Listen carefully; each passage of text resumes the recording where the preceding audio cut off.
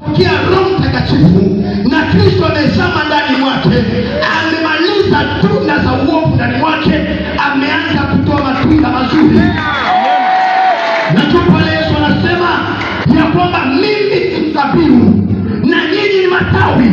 Wakati tunakuwa mwili wa Kristo, tutakuwa matawi ya kutoa matunda. Ni kusema Ukristo wako, ulevu wako itampatia tunda nzima kujua ya kwamba Yesu yuko ndani mwako. Na pia sababu ya tatu ni ili tutambulishe Yesu mdunia.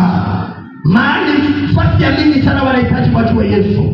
Wakati tunakuwa mwili wa Kristo, tutamtambulisha mdunia mahali popote.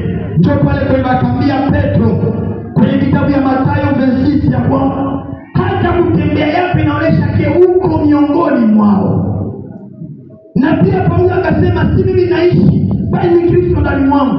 Paulo maisha yake yalikuwa ya kuua, lakini sipo kumtokoza.